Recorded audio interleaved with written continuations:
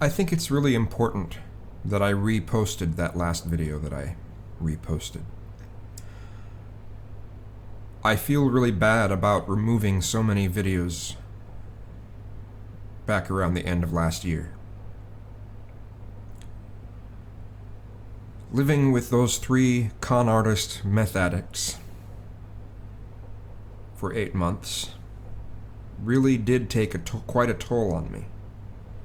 I talked about how I didn't regret anything from that period, but deleting a bunch of my videos that could have helped a lot of people, that is something I regret. I somehow don't imagine that anyone really went through and downloaded copies of all of those videos. I doubt it a lot. But, you know, at the time when I was deleting all those videos, I wanted to remove anything that could possibly be considered negative. And I don't know why I would have included that video I re-uploaded as one of the ones that could be negative. I don't know why. Now, Mr. Epsion doesn't feel that way anymore about that subject. So it's not like, anyway, he doesn't feel that way anymore about it. I have a feeling that my video probably helped him get out of that mindset. You know, it's been less than 2 years that I've felt halfway decent about myself. Less than 2 years.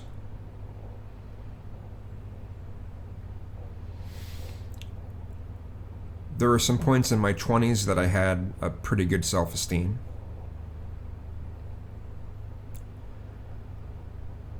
But after I reached my 30s, it was just... I was just incredibly depressed. I felt I had no self-worth.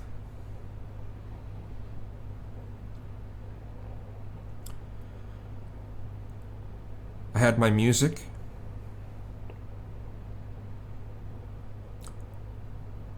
But then 2 things happened. I got on disability because I wasn't able to keep work. Because of my panic issues, I would just not be able to function. I would lose my speech center regularly. I mean, the speech center would just be gone. It was almost like I was having mini strokes or something. I don't even know. It's still weird when I think about that. And then I went on some heavy-duty medications that really messed me up. I was on Seroquel for a while, and then I was on Zyprexa for 2 years. And it took...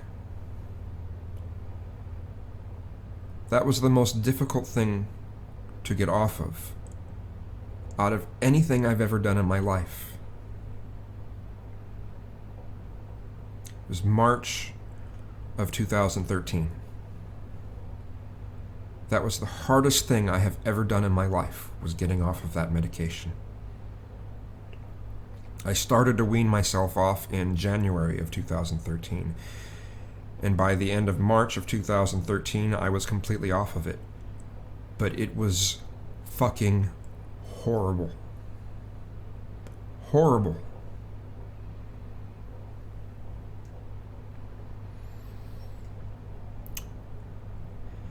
By the time, the beginning of August came up, I had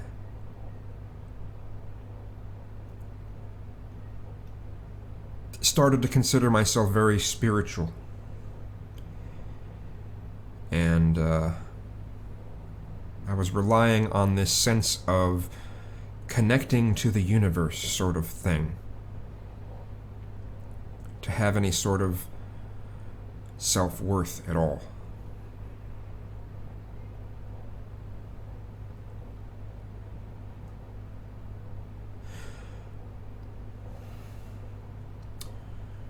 2004 to 2006, I was in a relationship, an open relationship, with my ex. I'll call him by his fairy name, Fawn. That relationship was pretty good, especially at the beginning, but it was kind of weird how we met at a gathering, and 2 days later I moved in. It was the stereotype of a lesbian relationship, as far as that goes. And for the first several months, things were really wonderful. And our sexual relationship was great. But then his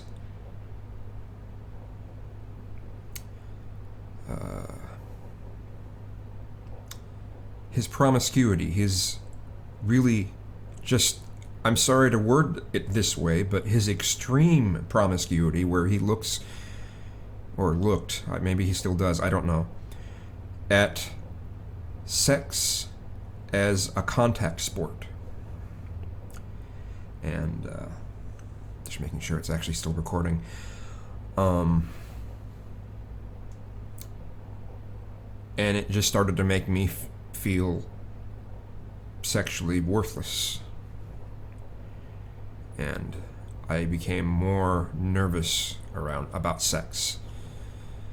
He would regularly come home, like about 3 times a week, from bathhouses, happily announcing, and I'm not exaggerating things here, "I just sucked off 20 guys!"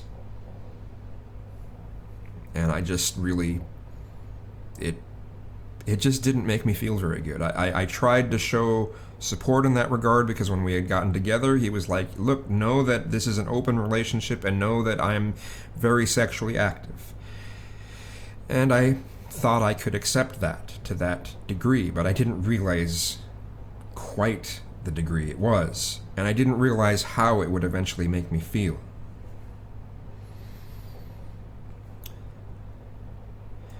We lived in Elma, Washington, a very small town, for almost a year.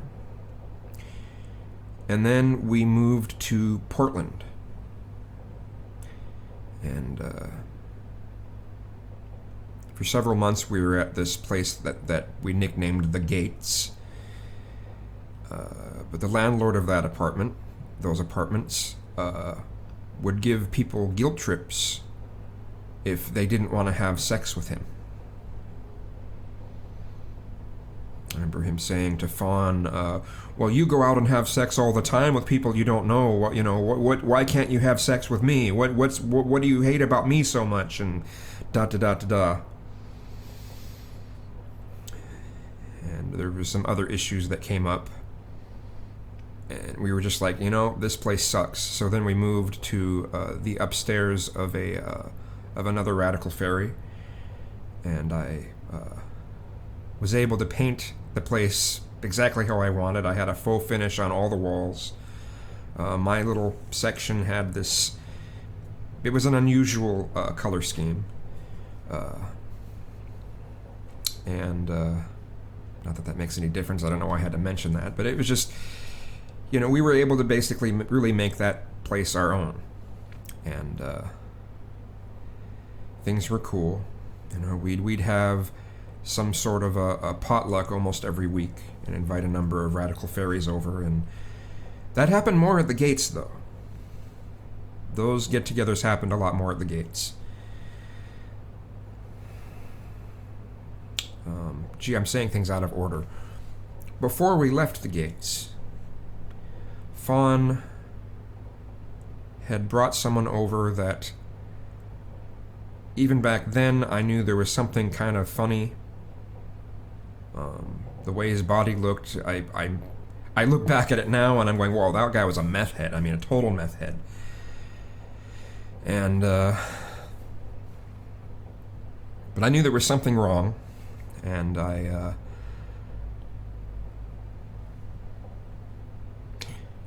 we ended up getting a ringworm from him, and the guy was HIV positive, and Fawn right in front of me. I didn't think this is what really happened, but then when I looked, I was just like, holy shit. Fucked the guy right in front of me without condom. And one of the things that we had agreed on is, any sex outside our relationship has to be safe sex. And he did that right in front of me. Now, I understand that the top doesn't have that much of a chance, but that's still, they're HIV positive and you're going, it just, and the next day I almost broke up with him. And he pleaded and begged and cried for me to stay. And so I did. And then it was about a month later we moved to the new place. And I don't know why I'm giving this long story, but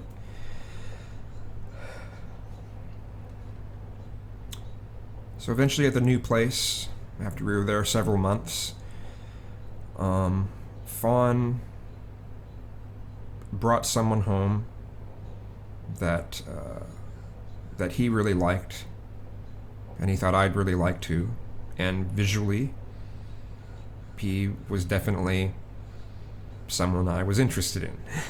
And but HIV positive, in fact, full-blown AIDS, but he has medications that would keep the symptoms at bay.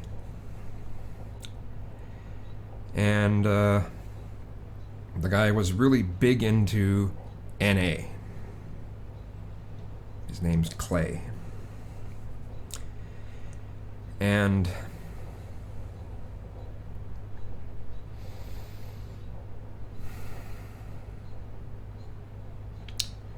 made me feel like shit.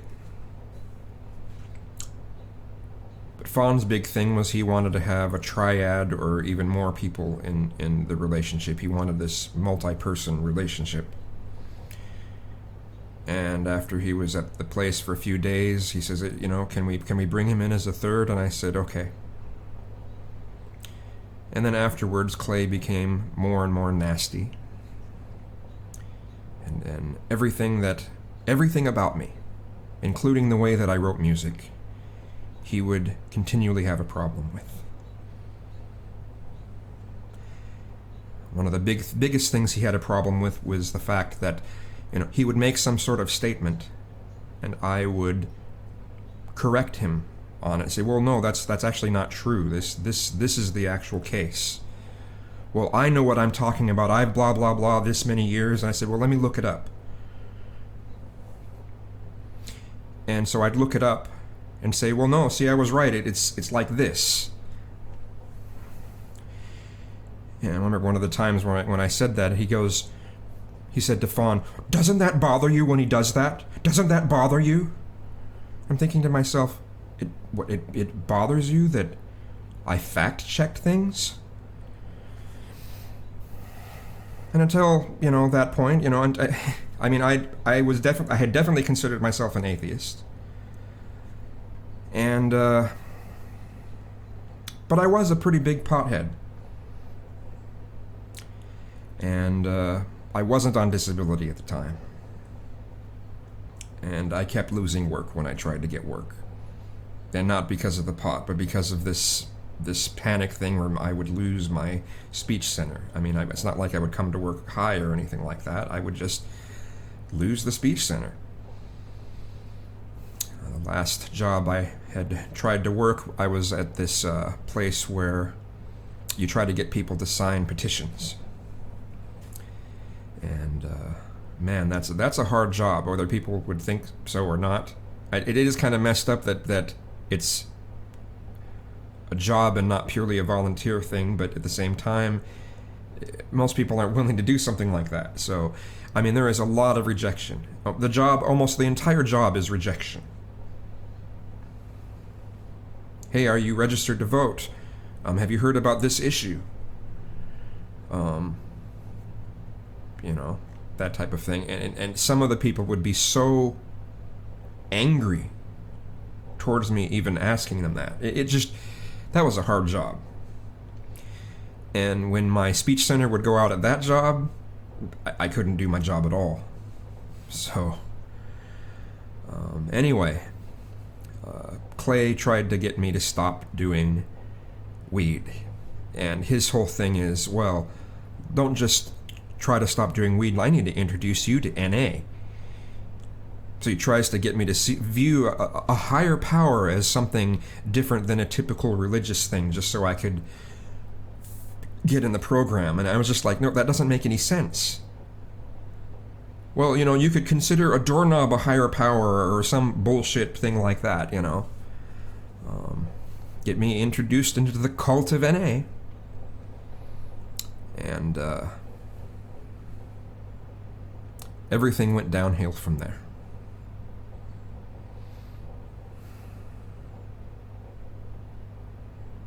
Everything went downhill from there. Within a month, I left. I left the relationship. And I think Clay couldn't have been happier. I think that was his intention from the beginning. And then he wanted, and then many years later, he made Fawn become monogamous, got Fawn involved in some sort of 12-step program for sex addiction. Fawn, when I knew him, was one of the strongest as far as mentally and least anxious people I knew. And to this day, he's now on anxiety medications. Good job, Clay. Good job. It still gets me so angry when I think about what he did to Fawn.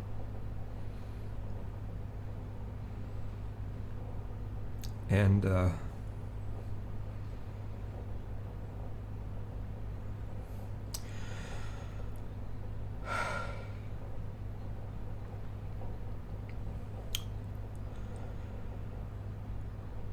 but yeah, on that road of NA, where they make you feel as terrible about yourself as possible. The goal is to feel as bad as possible about yourself, so you can give it up to a higher power to just solve everything magically. And keep coming back to the meetings. You gotta keep coming back. Sent me on the worst downward spiral I'd been in. And I went from, not having the best self-esteem, not really having a very good self-esteem and having issues already, to having no self-esteem.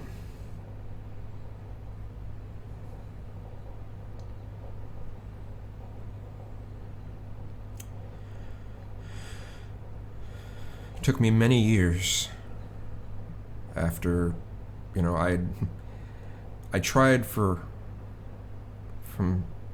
probably 2006 to 2008. I kept trying the program over and over and over again. All I did was feel worse about myself. Oh, but look, you're clean, but feel like shit about yourself. Then you can have this support group of religious people in a cult.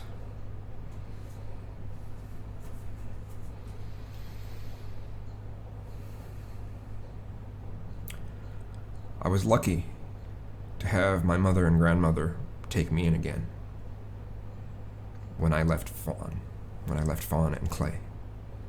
I was lucky. Kind of. I would have been luckier had I have been able to stay with completely different people. But you can't always get what you want, but you get what you need. And in 2007, by October of 2007, my grandma passed away. Cancer, an unknown cancer, because she didn't want to have a whole bunch of more tests done. The last couple months were very, very difficult. Maybe get 15 minutes of sleep at most at a time. before you'd be, it's like, let's check on grandma. When she passed, none of us actually had any real remorse.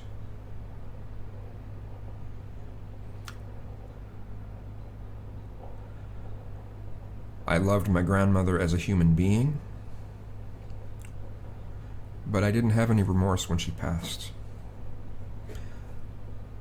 I was there when she had her final little twitch before passing. And when she was still able to speak, she had told me that she was amazed that I would still treat her with dignity and respect, even though she treated me like shit through my entire life. And she thanked me for being there for her. And that's something that I had never experienced previously.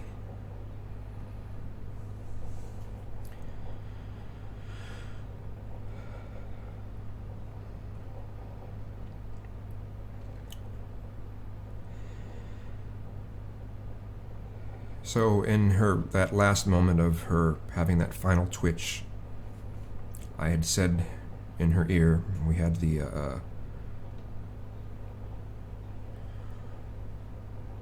we had hospice care with us at the time too. And I said into my grandmother's ear, I said, "I love you, Grandma." And she had her little twitch, and she was gone. And it was from that point on that we all had to start rebuilding. What do you do when someone who is such a negative influence is gone?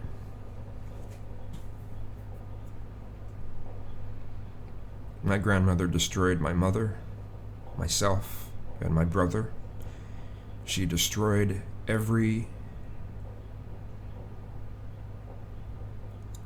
all the relationships that we could have had with other relatives. She destroyed. She almost caused the neighbor at the time to sue us in court because she would come up to people that were potentially going to buy the house of our neighbors and tell them all these terrible things about the way our neighbors were.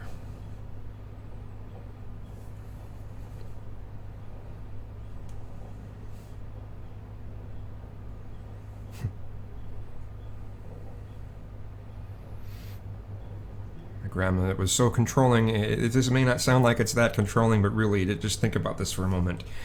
I only want these birds in our yard. We can't have these other birds in the yard. We can't ever have a squirrel in our yard. Set these traps and release them in other places. We can't have squirrels in our yard.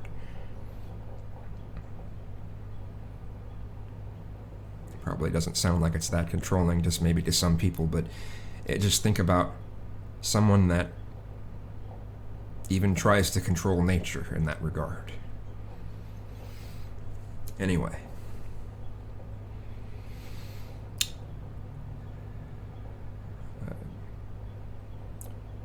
So in later part of 2008,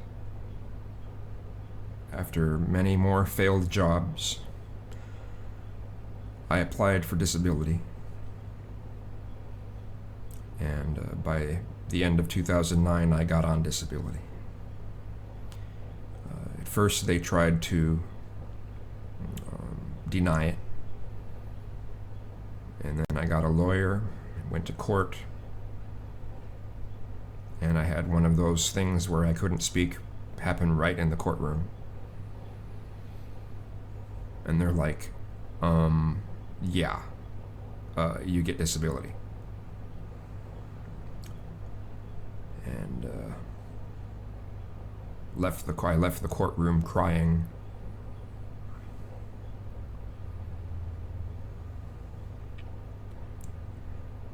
Because I had kind of lost hope.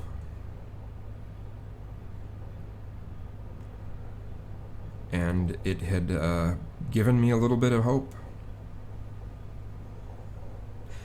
that at least I can survive. I can have these mental issues, but I can still survive.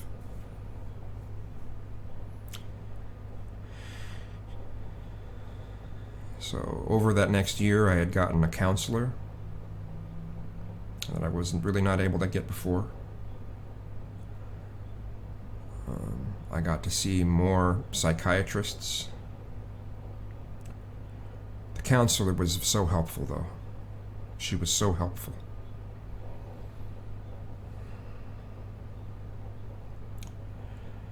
But, so all these different psychiatrists, they put me on a whole gambit of different drugs. I mean, I'd seen a number of psychiatrists many years, for a long time before that. But, you know, they were really trying to get to the heart of what the issues were. And eventually they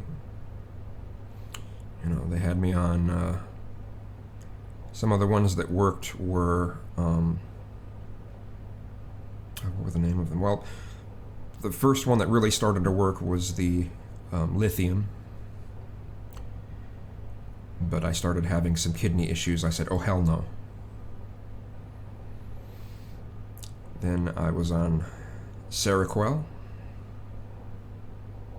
And then eventually Zyprexa. Seroquel gave me tachycardia for about 20 minutes as soon as it started to kick in. And that was just pretty scary. And but I kept putting up with it for a while and then said, oh no, I can't deal with this anymore.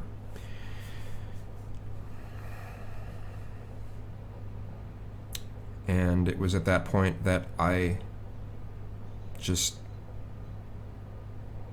it got rid of the panic issues, but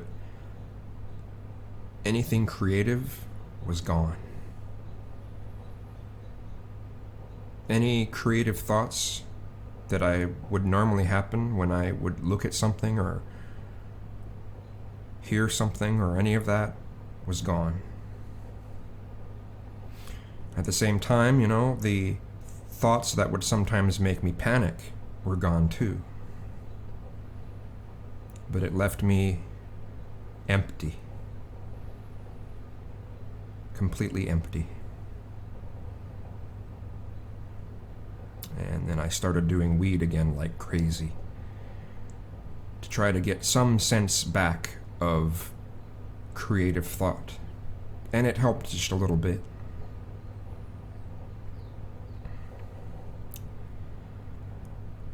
But by December of 2012, I had seriously considered suicide at least 3 times. And these aren't just suicidal ideations. It was serious thought, planning, that sort of thing.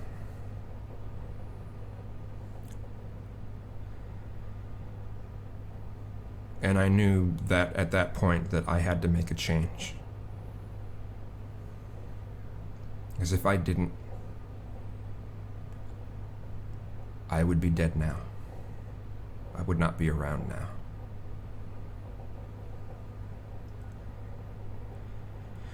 So, at the beginning of January of 2013, I started to wean myself off Zyprexa. Even though the psychiatrists that I was seeing heavily spoke against it. My mother heavily spoke against it. When I was struggling so much to get off of it, my mother would regularly say, well, if so, I can't, you just need to get back on the medications again. You need to get back on the medications again. You need to get back on the medications again. And I tried to tell her, do you realize what this did to me? Do you realize what this did? I still don't think she quite realizes what it did. It messed up my memory. It destroyed my creative anything.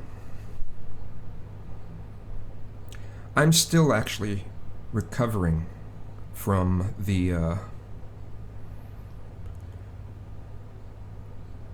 from what that did to me. I'm still trying to get some of my memory skills back. That drug really messed me up.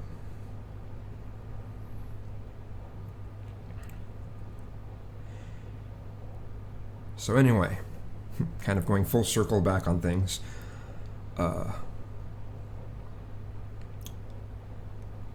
August 13th, 2013. After making a bunch of videos talking about how, if I'm having these spiritual things that are helping me, if you atheists try to speak against this, and I'm not speaking of biblical stuff, just the sense of spirituality that I had at the time, if you try to get me out of this, you're an anti-theist, you're not just an atheist. But some of them did persist. And then, again, August 13th, 2013 at 8:50 p.m., it suddenly hit me that all this time that I had associated this external thing that I was connecting to, and that, which I kind of viewed as connecting to the universe, connecting to the math of the universe, was actually me connecting to myself. And the reason why I would always feel more connected with the universe, whenever I did something that I knew was being true to myself, was because it was me connecting to myself. And it was the first time I had a true moment of clarity. That I'm allowed to be myself. That I'm allowed to be who I am. That I'm allowed to think differently than other people.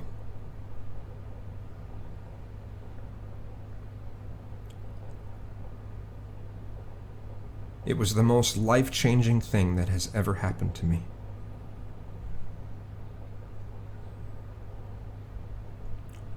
Life-changing.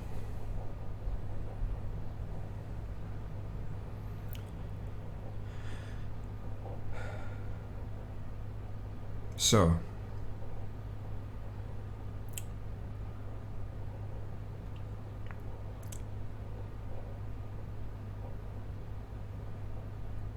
then I realized how henpecked that I was still staying at my mother's, and how every time I would deal with my mother, it was still somewhat like dealing with my grandmother, whom my mother would just sort of parrot what my grandmother would say because she didn't want to be treated like shit by my grandmother either. She didn't want the brunt to switch from being towards my brother and myself onto her.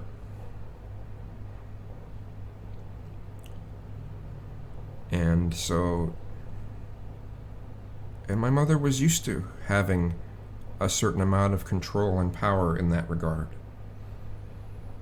And I was pretty henpecked.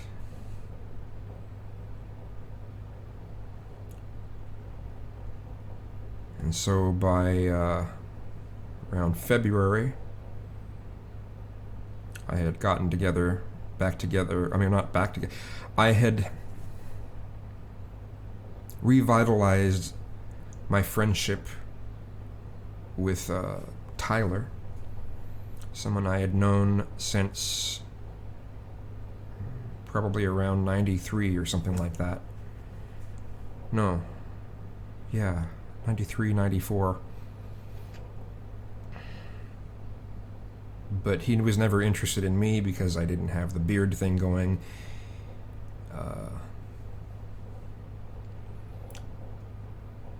and he had just dealt with a breakup with his ex, and so we were there for each other.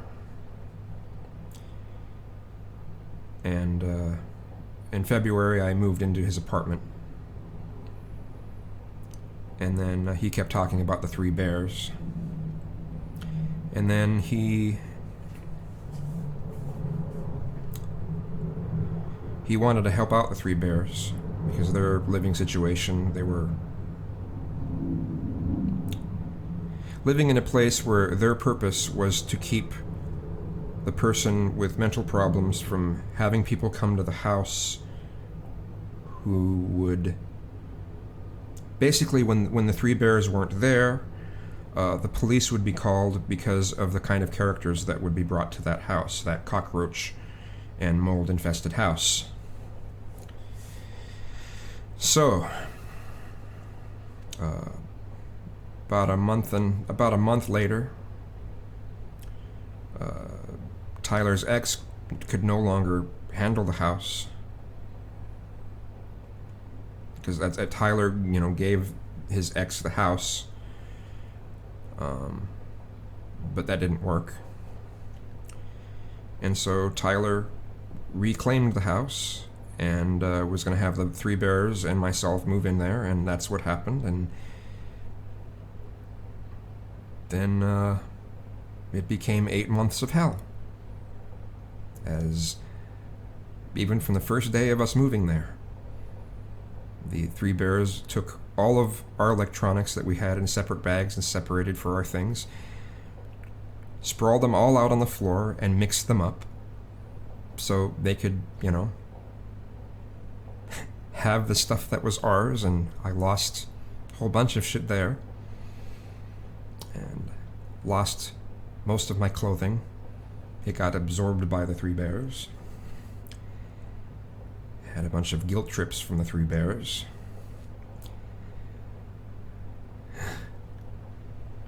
Just some really shitty situations that you only deal with if you're dealing with some meth heads, and lies, and manipulation, and guilt trips.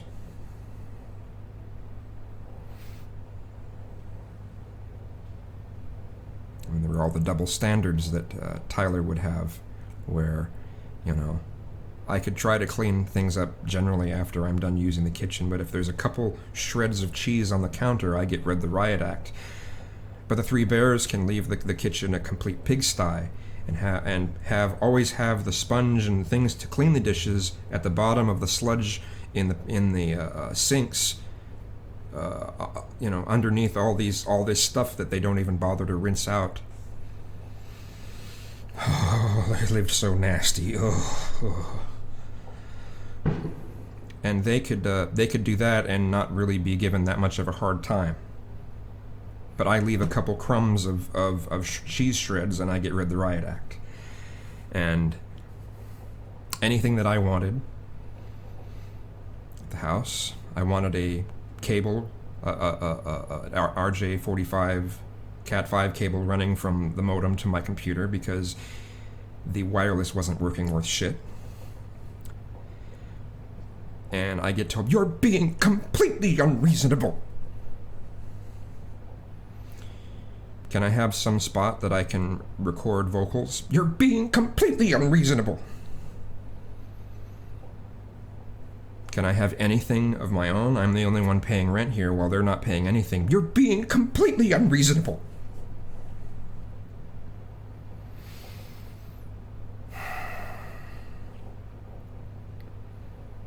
Tyler being the one that, initially was trying to demand that we all pee sitting down because, he has wood floors in spots in the house and he doesn't want them to get messed up. And we were all like, no, we pee standing up, and if we spray, then we wipe it up or something. But it just all sorts of just shit there.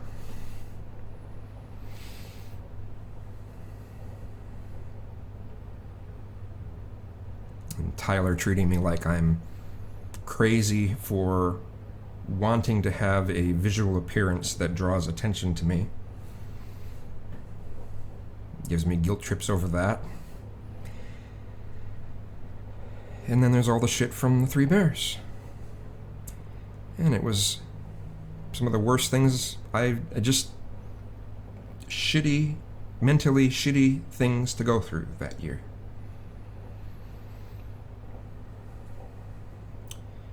And then by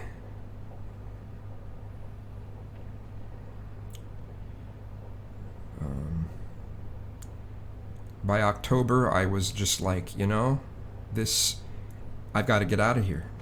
And so for a month, I tried to move back to my mom's. Things seemed all right.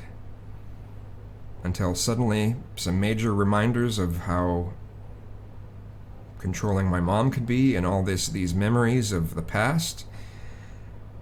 And suddenly, every day was a giant panic attack. So then I tried going back to the Bears, the Tyler and the Three Bears again, and was treated worse than I had ever been treated there before. Where I got, I wanted to buy some things for myself to eat, but of course that would be eaten up by the Bears right away, and then I'm left with children's cereal that they buy tons of because they've got to have all their sugar because of their meth use. And when I try to say, hey, I'm not trying to get diabetes. I want to be heavy, but I don't want diabetes. I don't need all this sugar. And Little John would give me this hour-long guilt trip, trying to say that children's cereal has the same nutritional value as a steak with broccoli. So. And then there's that time that I punched Rob square in the face after they made me lose my doctor's appointment a third time in the row because they're out busy getting their meth while they knew that I needed the vehicle. This is, of course, all this time they're denying their meth usage. And there's the other guy, Donald, who Tyler had met the Three Bears through, who is psychotic and has meth problems. But at least he's honest about his meth issues, unlike the Three Bears. And,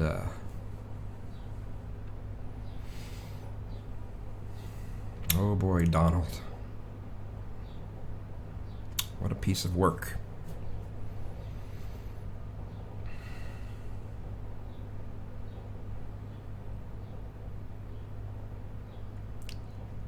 Yeah. So in December, I was going to try to get completely away from all of them. I had made some videos about the situation, and it made the Three Bears so angry that I would out them about a lot of their shit. And I got threatened, and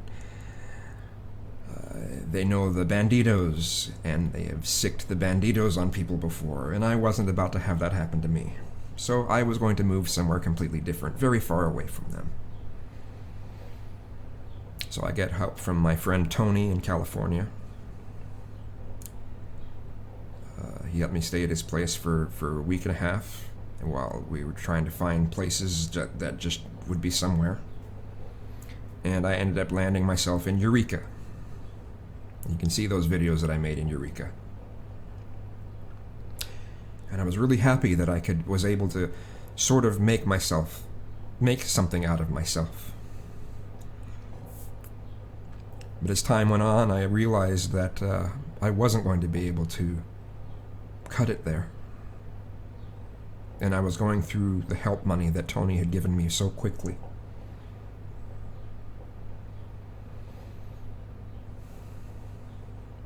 Before, though, California, I had tried to stay with my friend Kevin for a little bit and tried to find places in Bellingham. And everything was proving that I wouldn't be able to find a place unless I literally lived on the street for an entire month when we're having weather in the 20s and teens. Staying at shelters for over a month is what I would have to do to even have a chance of getting low-income apartments. I was ready to give up at that point, and that's when I got help from my friend Tony. But the thing that happened there was that, I needed proof at a legitimized apartment that I've been paying rent there. I needed 2 years proof of staying at different apartments. I didn't have that. I've been mainly staying with friends and family.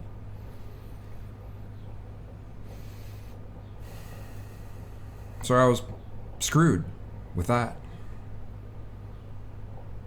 That's the way that it works for those that are poor on this. Our system doesn't allow people to be able to, you have to hit bottom so much that you are living literally on the street in shelters in order to get that kind of help. So I lived in Eureka for a while, not that long. And during that time, I started to realize what's really important in life. In Eureka, I knew nobody. And I had to force myself to meet new people and socialize and all this stuff. And I got a lot of really good skills out of that.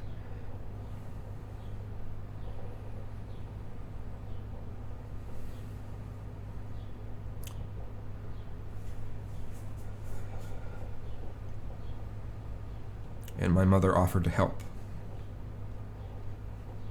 This is, of course, after I found out that my mother had... it's right after I had almost cut off all contact with my mother, after she decided that, since I'm going to be living in California, she decided to throw out all of my childhood things that were priceless to me because they could never be replaced. All my childhood tapes, all of the master tapes for all of the recordings I made, the musical recordings I made in the 90s and early part of the 2000s. All my VCR tapes that also contained my masters. That's what I would often master things on at the time because it's the best available recording possible, hi-fi VHS. Just took them all to the dump.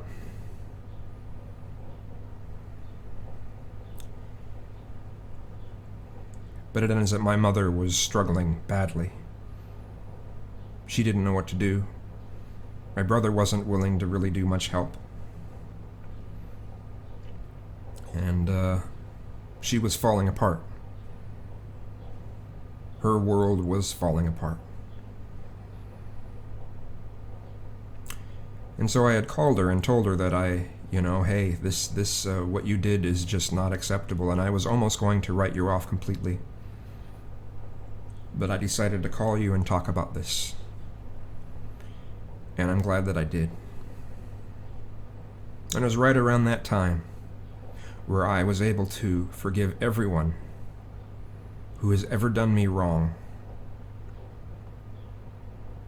Not to them, but in my head. Forgiveness. Forgiving everyone who had ever done me wrong. Knowing that they are dealing with the things they're dealing with.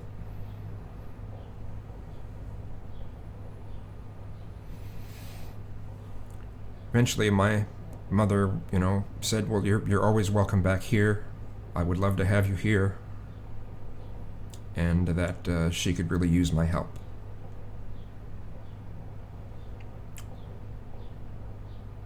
So eventually, my mom drove all the way down to Eureka to pick me up. I got my things, and she said she was really happy to make the drive because she's wanted to make a long drive for a long time. It helped her a lot. It was therapeutic for her. And I've been back here since the very beginning of the year. There are still times that I go through a bit of self-doubt because of where I'm staying.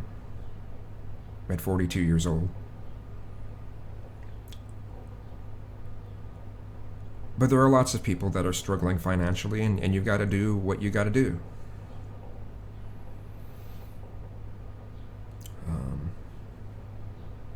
I pay between $350 and $400 a month here. I have a vehicle available. My mother will often cook really good food. I never have to worry about going hungry here.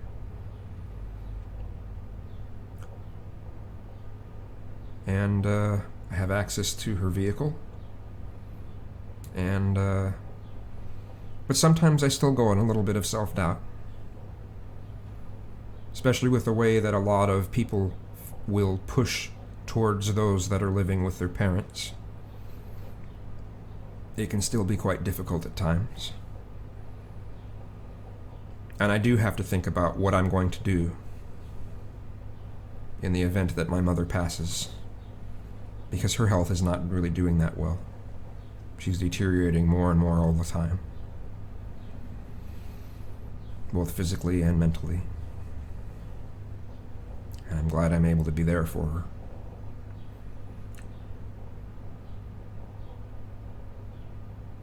But yeah, depression can be a difficult thing to continue to battle. I'm doing pretty well right now, but I do have cycles.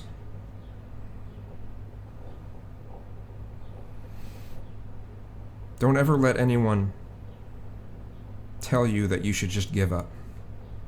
If you've got a friend or someone you call a friend that tells you, well, it's really hard, why don't you just give up? You know what it's time to give up? It's time to give up that friend. Because they're not really a friend if they're telling you something like that.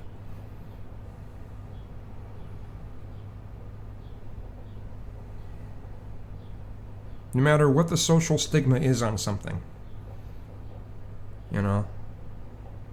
if you're able to survive, you have a roof over your head, you have the things you need, don't let people make you feel bad for doing what you need to survive.